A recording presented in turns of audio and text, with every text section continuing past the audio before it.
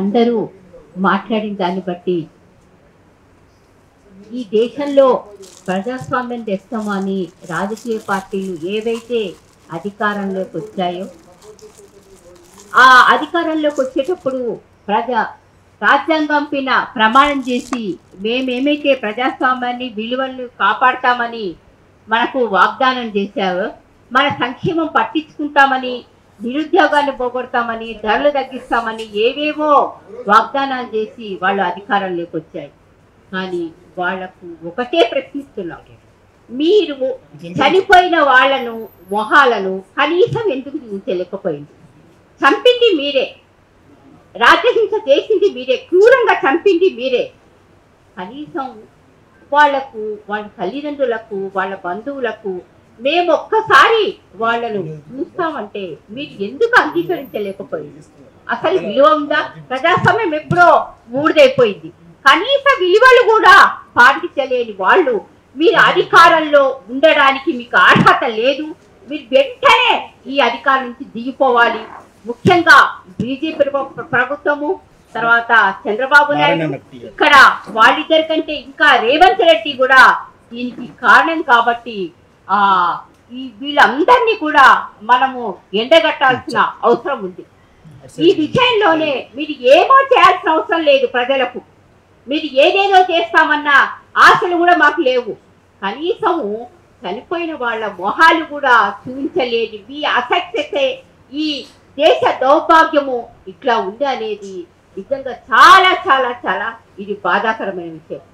ఎందుకంటే పర్సనల్గా మా అక్క చనిపోయినప్పుడు నేను మా తమ్ముడు బాడీని తెచ్చుకోవడానికి పోయి అసలు చాలా కష్టపడి మేము తీసుకొని వచ్చినాము.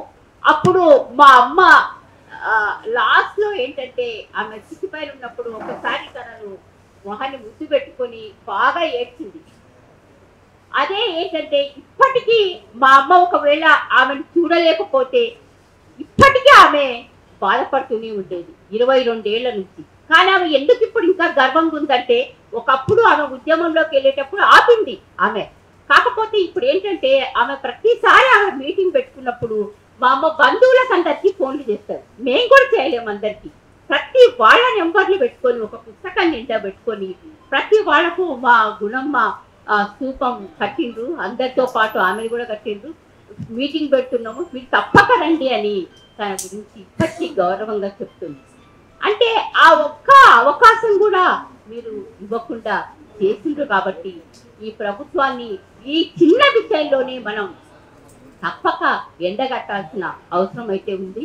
ఇంకా కార్యాచరణ విషయానికి వస్తే మనము వెంటనే వామపక్ష పార్టీలు 10 పార్టీలు కలిసి ఇక్కడ నిరసన తెలపాలి అనేది పద్మ గారు ఉదయం ఇప్పుడు చెప్పిండ్రు.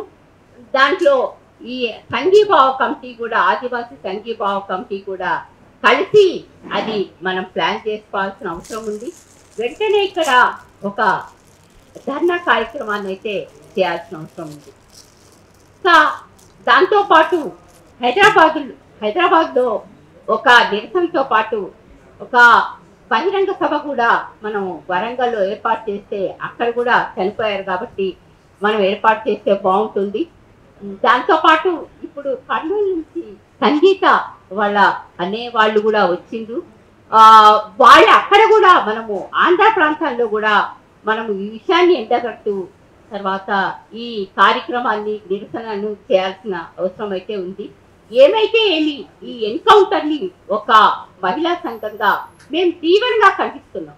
ఎందుకంటే మహిళలు అందులో 12 మంది చనిపోయింది, అమ్మాయిలు చనిపోయింది.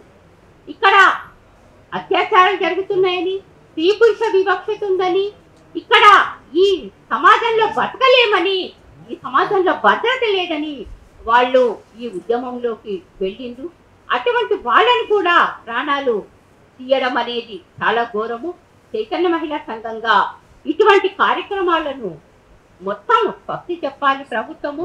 వెంటనే హగార్ను ఆపి శాంతి చర్చలు చెప్పి ఇప్పటికైనా ఆదివాసీ ప్రజలను, ఆదివాసీలను కాపాడాలని చైతన్య మహిళా సంఘం నుంచి, ఆదివాసీ కమిటీ నుంచి మేము విజ్ఞప్తి చేస్తూ ముగిస్తాం.